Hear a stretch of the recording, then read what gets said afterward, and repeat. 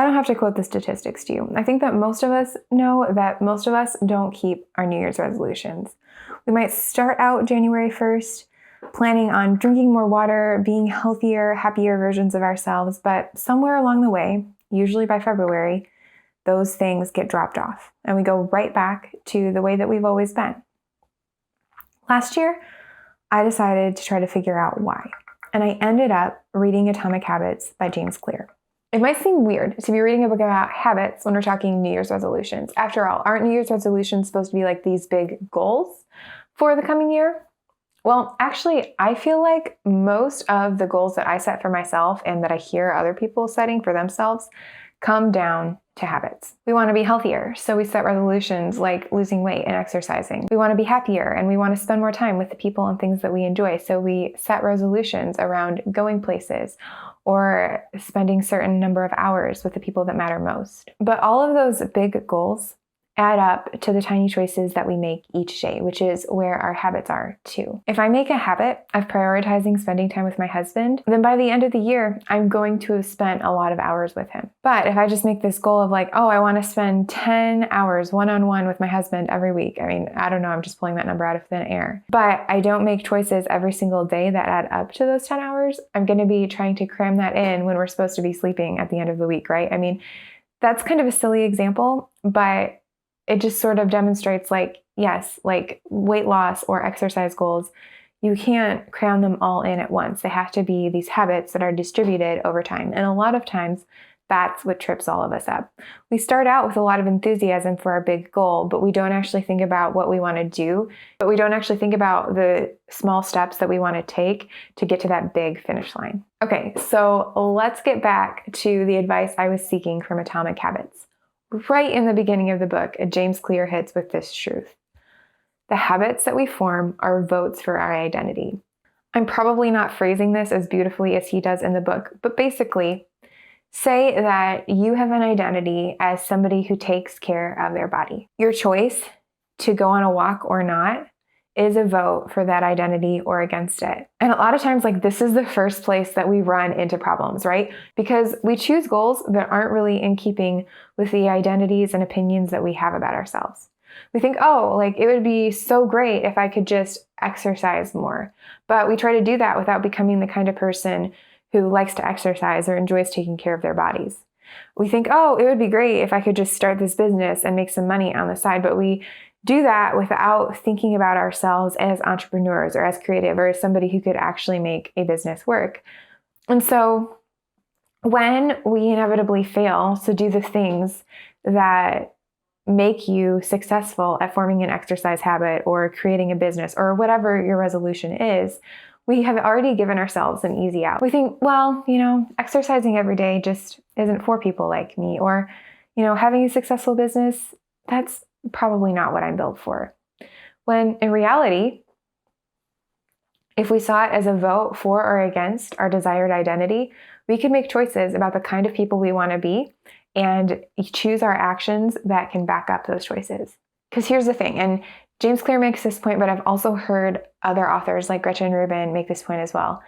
If a habit is rooted in our idea of who we are, we're way, way, way more likely to stick with it, no matter how good or how bad we are at forming habits otherwise. So one thing that I think we have to keep in mind as we're setting resolutions for the new year is, what kind of person do I want to be? And what sort of habits or behaviors would I exhibit as that kind of person? And then we really need to embrace that identity. You may think, oh, it's too late for me to consider myself to be healthy, but it's never too late to be somebody who cares about their body. You may think, oh, it's too late for me to go out solo on my own and just build something in my garage.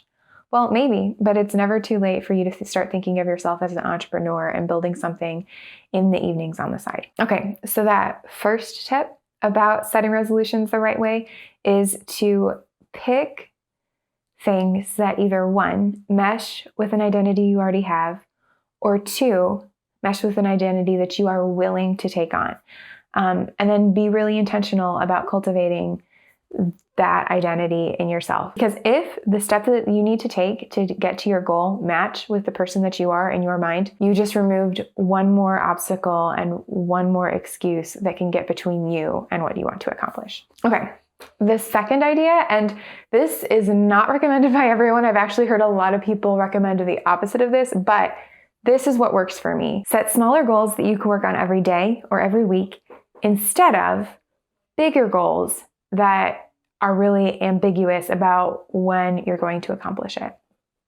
This is not the same as playing small or dreaming small or anything like that, right? Setting small goals does not mean living a small life. Here's what I mean instead.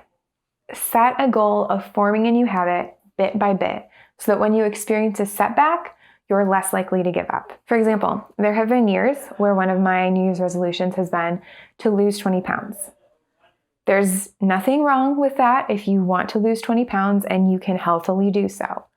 But that's a really, really nebulous goal. I don't know, how am I going to lose this 20 pounds? Is it because I'm going to be exercising more? Is it going to be because I'm, going on some sort of eating plan? Like, how am I losing this 20 pounds? And also, even though I can be doing everything right to lose weight, that doesn't necessarily mean that my body will respond in the way that I want it to. And for somebody like me, that's very frustrating. It's very discouraging to feel like you're doing the right things and not see any results. It's similar, like, if you set a goal to have a certain promotion that somebody else has to decide for you, or sell a certain number of products, but you don't really have a pipeline built out to know what's reasonable to sell, right? There are things in life where you place your effort doesn't necessarily equal a result. But a lot of times we set our goals and we focus on that result. We're like, yeah, I want to have the big weight loss or the big promotion, or I want to, make all the money. And really, what we'd be better served to do is say, okay, that would be my ideal goal. But for my New Year's resolution, I know that if I'm ever going to, for example, lose that 20 pounds that I need to lose, then I'm going to have a healthy exercise rhythm, a healthy and sustainable one. So that means I'm going to set a goal to exercise for 10 minutes at least 5 times a week, because that is more than I am doing right now, right?